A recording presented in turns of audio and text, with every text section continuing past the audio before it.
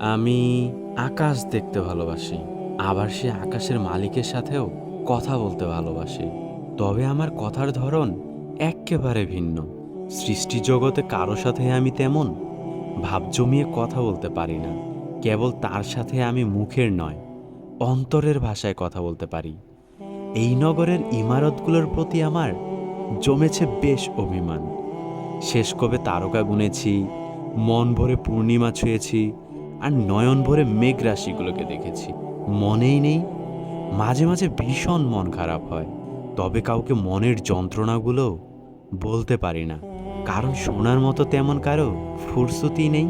ঠিক তখনই চক্ষু কোটরের জমে থাকা নোনাদালি জলগুলো বের হতে চাইলেও বাদ টেনে দেই। তখন জানালার সাথে দালান কোঠার ভিড়ে ওই আধখানা আকাশটুকু যে দেখা যায়, সেই দিকে তাকিয়ে নিশ্চুপ থাকি। চারদিকে এত শত কোলাহল থাকার পরও এক নীরব স্তব্ধতা ছেয়ে আসে।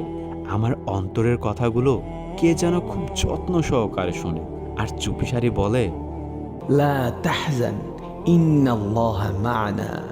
তুমি হতাশ হয়েও না, আল্লাহ আমাদের সাথেই আছেন। সূরা তাওবা আয়াত নাম্বার 40। ফিয়ামানিল্লাহ। আবারও আমাদের একতরফা কথা হবে নতুন কোনো ভিডিওতে। ততক্ষণে ভালো থাকবেন। আসসালামু আলাইকুম ওয়া রাহমাতুল্লাহ।